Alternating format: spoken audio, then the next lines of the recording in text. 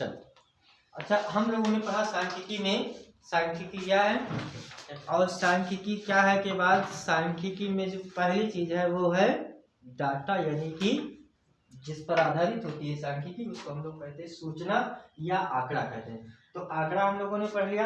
आंकड़े दो प्रकार के होते हैं, एक होता है अलग अलग जिनको हम लोग कहते हैं वर्गीकृत आंकड़ा, और एक होता है एक ही में समाहित होता है उसको हम लोग कहते हैं अवर्गीकृत आंकड़े। अब आंकड़ों के बाद में बात आती है वर्ग चिन्ह की। इसकी बात आती है वर्ग चिन्ह। तो ये वर्ग चिन्ह क्या है? ये जो वर्ग अभी हमने इधर बताया था वर्गीकृत आंकड़ों में, मान लो एक वर्ग है 0 से 10 और दूसरा वर्ग है 10 से 20, इस प्रकार से वर्ग है। अब ये वर्ग चिन्ह क्या होगा? ऊपरी सीमा और निम्न सीमा दोनों को लेकर के जोड़ दिया जाए तो हो जाएगा हमारा वर्ग चिन्ह। यानी कि किसी वर्ग के ऊपर सीमा और निम्न सीमा इन दोनों के औसत को हम लोग वर्ग चिन्ह कहते हैं। तो किसी वर्ग के ऊपरी सीमा तथा निम्न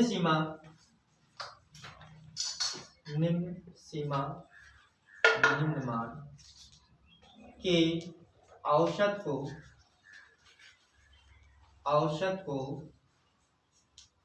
वर्ग चिन्ह कहते हैं। के औसत को वर्ग चिन्ह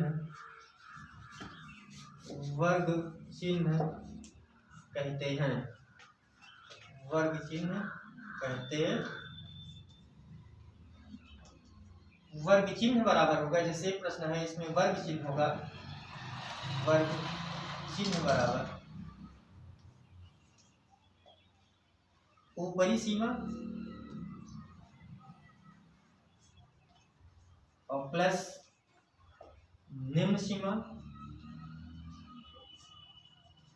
और दो बातें हुई, एक ऊपर एक नीचे तो बटे होगा 2। ये हो गया हमारा वर्ग चिन्ह। वर्ग चिन्ह के बाद बात आती है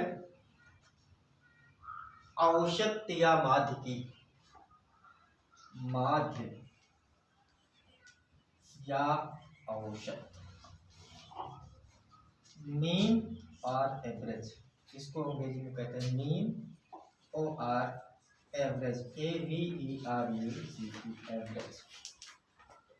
माध्य या औसत। माध्य क्या होता है? मान लो कोई आंकड़ा है और आंकड़े उनके हैं बहुत सारे हैं, आंकड़ों की संख्या n है। उसमें में से पहला आंकड़ा है x1, दूसरा है x2, तीसरा है x3, चौथा है x4, ऐसा डैश आंकड़ों की संख्या कितनी है? n है, यानी xn आंकड़े हैं। तो हम लोग यदि माध्य लिखना चाहें तो माध्य को हम लोग लिखते हैं माध्य या औसत x बार से लिखते हैं। x बार बराबर कुल आंकड़ों का योग, कुल आंकड़ों का योग, कुल आंकड़ों का योग और बटे आंकड़ों की संख्या, आंकड़ों की संख्या, आंकड़ों की संख्या।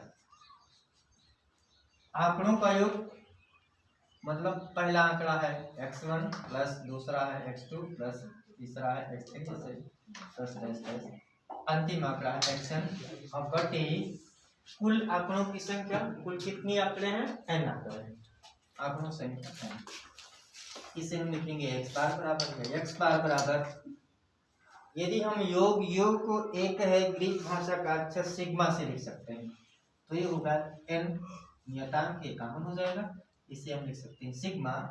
और कहाँ x है और x इसको हम लोग i से लिखते हैं तो यहाँ i बराबर 1 से लेकर के कितना तक है? n तक है। तो i बराबर 1 से लेकर के, i बराबर 1 से लेकर के और कहाँ तक है? n तक, n तक। या ये कहें कि x बार बराबर ये होगा सिग्मा xi और यहाँ i बराबर 1 से लेकर n तक और बटे n, ये हमारा हुआ सूत्र।